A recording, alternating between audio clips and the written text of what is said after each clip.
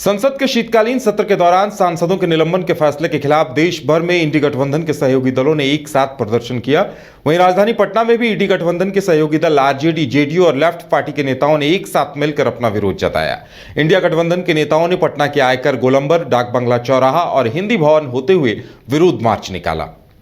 के कारण ये है कि सांसद की सुरक्षा, लोकतंत्र का महापंचायत जो है सांसद भवन है और उसके अंदर कोई आदमी घुस जाता है जो कि बीजेपी के नेता द्वारा पास मुहैया कराई जाती है और वो व्यक्ति जो बीजेपी नेता के संसदीय क्षेत्र का भी नहीं है, तो कहीं ना कहीं भाजपा द्वारा सोची समझी साजिश है और सदन में जो उनको विधेयक पास कराना था उससे ध्यान भटकाने के लिए उन्होंने इस तरह का एक माहौल क्रिएट किया। और जितने भी सदन में 145 सांसदों को जिस तरीके से उन्होंने बाहर किया है, सस्पेंड किया है, ये 145 लोगों को नहीं किया है, बल्कि मुझे लगता है कि ये पूरे देश के जनता को पता है कि देश के 1/3 जनता को उन्होंने बाहर किया। और इस समय जो गुजर रहा है ये हमारे देश की जनता के लिए दुर्भाग्यपूर्ण है और अच्छी तरह समझ रही है। उन लोग का जो कष्ट है, कष्ट के कारण ही हम लोग को रोड से संसद तक पहुंचाया था और सदन में आवाज़ उठाने के लिए और जो हम लोग को रोका जाएगा तो हम लोग सड़क पर आएंगे, इसलिए कि हम लोग जनता का शुक्रगुजार हैं। वो लोग का आशीर्वाद हम लोग को मिला कि मेरा जो कष्ट है, मेरा जो चर्चा है, मेरा जो कमी है, मेरा जो समस्या है, उसको आप लेकर के सदन में उठाइए और निदान कराइए। और समस्या को उठाने नहीं दिया जा रहा, बल्कि ये किया जा रहा है कि सदन से बाहर करवा दिया जा रहा है।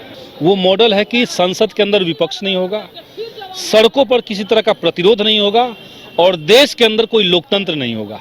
ये जो मॉडल भाजपा स्थापित करने की कोशिश कर रही है, ये देश को बर्बाद कर देगा। और इसलिए समूचे इंडिया गठबंधन ने तय किया है कि आज के समय में पूरे देश के हर राज्य में, हर जिले में हम लोग आंदोलन करेंगे और आंदोलन कर रहे हैं। आज ही की तारीख में हर राज्य में हो रहा है, हर जगह पे हो रहा है आज की तारीख में। और ये लोग मिमिक्री का एक जो बहाना कर रहे हैं, कितना पाखंड इनके अंदर आप देख लीजिए। बिल्कुल, ये जो उपराष्ट्रपति का मिमिक्री हुआ और यही वजह है कि अपमान किया गया है जो व्यक्ति संवैधानिक पद पे है, इसको लेकर किसी भी व्यक्ति का मिमिक्री एक तो अपमान उसका नहीं है, मिमिक्री करना कोई अपराध है नहीं, एक बात। और इसको ये लोग जोड़ रहे हैं कि जाट समुदाय का अपमान हो गया, जाटों का अपमान हो गया, क्योंकि जाटों का वोट पे इनका नजर है। अभी दिल्ली में जो किसान आंदोलन चल रहा था तो जाट समुदाय के किसान थे, उनको इतना ज्यादा पीटा गया, उनकी मौतें हो रही थी, सरकार हंस रही थी, तब जाटों का अपमान नहीं हुआ। कल साक्षी मलिक जो जाट समुदाय से आने वाली एक बेटी है जिसने हिंदुस्तान का नाम समूची दुनिया में रोशन किया, महिला पहलवान जो थी, वो कल रोते हुए इस्तीफा दे दी। उन्होंने कहा कि हम नहीं खेलेंगे अब। गया शहर के संवरणालय गेट के समीप अंबेडकर पार्क में इंडिया गठबंधन के संयुक्त तत्वावधान में निलंबित सांसदों के विरोध में जमकर विरोध प्रदर्शन किया गया। इस दौरान केंद्र सरकार और बीजेपी के खिलाफ जमकर नारेबाजी हुई। इस विरोध प्रदर्शन में गया जिला इंडिया गठबंधन और महागठबंधन के कार्यकर्ता, विधायक और आरजेडी पार्टी के कृषि मंत्री कुमार सर्वजीत मौजूद रहे। आरजेडी के मंत्री कुमार सर्वजीत ने कहा कि इंडिया गठबंधन की तरफ से सभी मुख्यालयों पर निलंबित सांसदों के विरोध में विरोध प्रदर्शन किया जा रहा है। केंद्र की बीजेपी सरकार गरीब विरोधी, नौजवान विरोधी, किसान विरोधी की सरकार है। उसे उखाड़ फेंकने के लिए देश भर में इंडिया गठबंधन के सभी साथी और सभी नेता कार्यकर्ता विरोध प्रदर्शन कर रहे हैं। सरकारों को आगाह करता हूं कि आप ये भ्रम में ना रहें। आप चाहे जितनी भी ताकत लगा दो, दुष्प्रचार करने का फैसला जनता करती है। कौन किससे नाराज है यह जनता तय करती है, हम और आप नहीं कर सकते। और मुझे एक चीज समझ में नहीं आता है कि आपके पास ऐसा कोई प्रूफ है, ऐसा कोई विजुअल है, सुन लीजिए, ऐसा कोई विजुअल है आपके पास, तमाम देश के मीडियाओं के पास, जिसमें लालू जी और नीतीश जी में हाथापाई हुआ है? कोई विजुअल? दोनों में बहस हुई है? कोई विजुअल? जब आपके पास कोई प्रूफ ही नहीं है तो यह प्रचार करना कि दोनों में झगड़े हो गए हैं, यह देश के चौथे स्तंभ की यह जिम्मेवारी नहीं मिली है। सरकारों को आगाह करता हूं। संसद भवन की सुरक्षा में चूक को लेकर जहां विपक्ष सड़क पर उतरा हुआ है, तो वहीं दूसरी तरफ बीजेपी के पूर्व मंत्री और बिहार बीजेपी के मुख्य प्रवक्ता जनक राम ने अपने सरकार का बचाव करते हुए कहा कि जब इंदिरा गांधी की सरकार थी उस वक्त क्या हुआ था। आज विपक्ष हंगामा करना जानती है, मुद्दे की बात नहीं करती। वहीं दूसरी तरफ कांग्रेस पर निशाना साधते हुए कहा कि कांग्रेस को पूर्व के कालखंड को याद करना चाहिए, जब स्वर्गीय इंदिरा गांधी की सरकार थी तब किस तरीके से राजतंत्र चल रहा था और आज मोदी की गारंटी में काम हो रहा है तो लोगों से देखा नहीं जा रहा। सभा में जो घटनाएं घटित हुई है ये तो हदें पार गई। कांग्रेस के नेताओं को सबक लेना चाहिए, अपने पूर्व के कालखंड, अपने पूर्व के प्रधानमंत्री स्वर्गीय इंदिरा गांधी जी के इतिहास को याद करना चाहिए। उनके नेतृत्व में जो सरकारें चल रही थी उस कालखंड में किस तरह से राजतंत्र कायम था, किस तरह से लोकतंत्र को दमन किया जा रहा था। आज तो देश के और प्रदेश की जनता ने सर्वमान्य नेता देश के यशस्वी प्रधानमंत्री नरेंद्र मोदी जी के नेतृत्व में देश और प्रदेश के लोग प्रसन्न हैं और खुश है। आज जो लोग विपक्ष के नेता सड़क पर उतरे हुए हैं कि मोदी जी का जो तानाशाह लोग कर रहे हैं, तानाशाह रवैया अपना रहे हैं, उनकी तो भद्द पिट रही है। कोई ऐसा प्रदेश के नेता, महागठबंधन के नेता या वर्तमान सरकार के नेता प्रमुख कोई चेहरा हो तो बता दीजिए। कोई ऐसा व्यक्ति नहीं है। जनता तो ढूंढ रही है उनके मुंह में कालिक लगाने के लिए। लोकतंत्र के मजाक इन लोगों ने बनाया है। उनके बड़े भाई लालू प्रसाद यादव जी के शासनकाल में जिस तरह से आर्थिक शोषण बिहार को इन लोगों ने किया है, आज छोटे भाई नीतीश कुमार जी ने मानसिक रूप से पटतना बिहार वासियों को इन्होंने देने का काम किया है। तो समय का इंतजार है। बिहार की जनता अब चुनाव के इंतजार कर रही है। जैसे चुनाव आएगा जनता अपना बदला लेगी। कांग्रेस के पूर्व अध्यक्ष राहुल गांधी का सुबह सुबह मुख्यमंत्री नीतीश कुमार के पास फोन आता है। इसके बाद कयासों का बाजार गर्म हो जाता है कि नीतीश कुमार मंत्रिमंडल का विस्तार करेंगे, जिसके बाद राजनीतिक बयानबाजियां भी शुरू हो जाती हैं। बता दें कि बीजेपी के प्रदेश प्रवक्ता राकेश पोद्दार ने महागठबंधन पर निशाना साधते कहा कि राहुल गांधी महागठबंधन पर दबाव डाल रहे हैं, लेकिन नीतीश कुमार को अब कुछ पता नहीं चल पा रहा कि गठबंधन में क्या कुछ चल रहा है।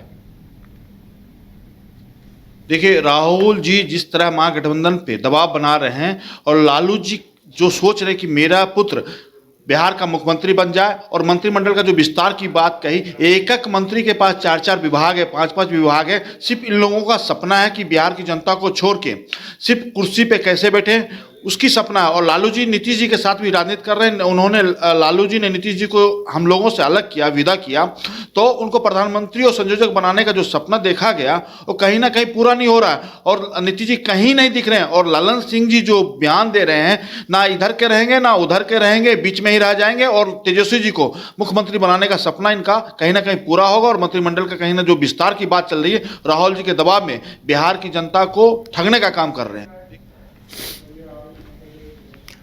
लोजपा रामविलास के राष्ट्रीय अध्यक्ष चिराग पासवान दिल्ली से पटना पहुंचे। पटना पहुंचते ही इंडिया गठबंधन पर चिराग पासवान ने निशाना साधा। उन्होंने कहा कि सीएम नीतीश कुमार जी का सपना टूटा है। जहां नीतीश कुमार अगुआ बने हुए थे, वहां मल्लिकार्जुन खड़गे, सोनिया गांधी और राहुल गांधी ने उनके सपनों पर पानी फेर दिया है। साथ ही चिराग पासवान ने कहा कि लालू यादव अपने बेटे को मुख्यमंत्री बनाने के लिए नीतीश कुमार को बलि का बकरा बनाते नजर आ रहे हैं।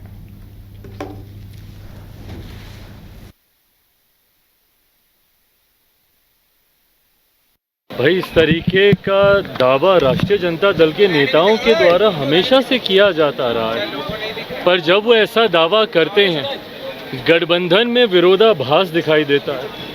मुख्यमंत्री नीतीश कुमार जी सार्वजनिक तौर से हर मन से 15 साल पहले के बिहार की याद दिलाते हैं। तो जब वो 15 साल पहले के बिहार की याद दिलाते हैं तो कटाक्ष किस पे करते हैं? आदरणीय लालू जी, आदरणीय राबड़ी जी के शासनकाल की ही वो याद दिलाते हैं। और ऐसे ही राष्ट्रीय जनता दल के नेता जब ये दावा करते हैं कि जब तक तेजस्वी जी मुख्यमंत्री नहीं बनेंगे तब तक बिहार का सुधार नहीं होगा, तो वो निशाना जनता दल यूनाइटेड मुख्यमंत्री नीतीश कुमार जी पर साधते हैं। हकीकत है ये गठबंधन सिर्फ एक दूसरे की महत्वाकांक्षाओं को पूरा करने के लिए ही बना हुआ है। इस गठबंधन में ना वैचारिक समानता है ना सैद्धांतिक, सिर्फ एक दूसरे की महत्वाकांक्षाओं के लिए, एक दूसरे का लाभ लेने के लिए ये दोनों दल गठबंधन में हैं। एक दूसरे का लाभ जैसे ही पूरा होगा ये गठबंधन भी टूट जाएगा। भाई, इस तरीके का दावा राष्ट्रीय जनता दल के नेताओं के द्वारा हमेशा से किया जाता रहा है। मुजफ्फरपुर मोतीपुर प्रखंड के महमदा पंचायत के श्रीवास्तव चौक पर आयोजित विकसित भारत संकल्प यात्रा कार्यक्रम में पहुंचने के बाद केंद्रीय सामाजिक न्याय और अधिकारिता मंत्री वीरेंद्र कुमार खटीक ने आम जनों को संबोधित करते हुए कहा कि सरकारी एजेंसियों का डर सभी में समाया हुआ है, तभी हताशा और निराशा के कारण ही एकत्रित होकर हिंदी गठबंधन बनाया गया है। यह गठबंधन स्वार्थ का गठबंधन है, जहां भ्रष्टाचार की गारंटी है।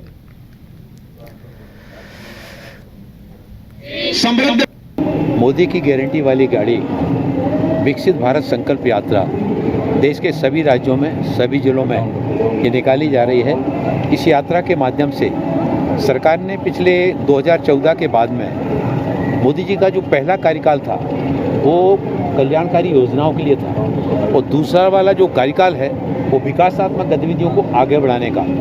इससे मोदी की गारंटी वाली गाड़ी के माध्यम से, विकसित भारत संकल्प यात्रा के माध्यम से जो हमारे विभिन्न योजनाओं के लाभार्थी, एक तो उनसे संपर्क करना, दूसरा जो लोग पात्र व्यक्ति छूट गए हैं उनके फार्म भराए जाने का काम भी इस विकसित भारत यात्रा के माध्यम से साथ ही साथ किया जा रहा है। चाहे वो आयुष्मान भारत योजना हो, चाहे वो उज्ज्वला योजना हो, चाहे वो स्वनिधि योजना। बिहार सरकार का राजस्व विभाग हाईटेक और डिजिटलाइजेशन की ओर तेजी से अग्रसर हो रहा है। इसी दिशा में कदम बढ़ाते हुए मुजफ्फरपुर के कुल 303 राजस्व कर्मचारी, राजस्व अधिकारी और अंचल अधिकारियों को समाहरणालय सभागार में लैपटॉप दिया जाएगा। मुजफ्फरपुर जिले के राजस्व अपर समाहर्ता संजीव कुमार ने जानकारी देते हुए बताया कि राजस्व विभाग के जमीन से जुड़े कागजात समेत अन्य मामलों में ऑनलाइन व्यवस्था को देखते हुए सरकार की तरफ से यह सुविधा राजस्व कर्मी, राजस्व अधिकारी और अंचल अधिकारियों को उपलब्ध कराया जा रहा है, ताकि समय के बचत के साथ साथ आमजनों को सुविधा हो। देखिए, रेवेन्यू विभाग के लगभग जितने भी पब्लिक से रिलेटेड काम हैं सभी ऑनलाइन हो चुके हैं, और सभी कर्मचारियों को, पदाधिकारियों को ऑनलाइन ही आदेश करना होता है, ऑनलाइन ही उसको अलाउ करना होता है या डिसअलाउ करना होता है। इसके लिए कनेक्टिविटी आवश्यक है। इसलिए विभाग ने सभी राजस्व कर्मचारियों को, राजस्व अधिकारियों को और अंचल अधिकारियों के लिए लैपटॉप की व्यवस्था की है। वही बिहार पुलिस अगले वर्ष 1 जनवरी से अपने बदले तेवर के साथ काम करती नजर आएगी। यह कहना है एडीजी पुलिस मुख्यालय जितेंद्र सिंह गंगवार का। इनके मुताबिक 1 जनवरी से बिहार पुलिस आधुनिक मिशन मोड में काम करेगी और पूरे वर्ष 2024 में 10 नए मोड में बिहार पुलिस काम करेगी, जिसकी शुरुआत 1 जनवरी से बिहार पुलिस करने जा रही। इसके तहत सबसे पहला कदम जो बिहार पुलिस का होगा वो होगा मिशन अनुसंधान 75 डेज, जिसमें 75 दिनों के अंदर बिहार पुलिस किसी भी मामले का अनुसंधान पूरा करेगी। सब पुलिसिंग को मूलभूत तरीके से यानी फंडामेंटली चेंज करने के उद्देश्य से आधुनिक, न्याय केंद्रित, जनोपयोगी बिहार पुलिस बनाने के लिए मिशन मोड में हम लोग काम करेंगे। पूरे वर्ष 2024 में कुल 10 मिशन मोड परियोजनाओं पर हम लोग काम करेंगे। सबसे पहला मिशन जिसके बारे में आज आपको बताना चाहता हूँ वो ये है मिशन इन्वेस्टिगेशन एट 75 डेज। ये सभी mission mode time bound, specific और क्वांटिफाइबल होंगे। पुलिसिंग को मूलभूत तरीके से यानी फंडामेंटली चेंज करने के उद्देश्य से आधुनिक,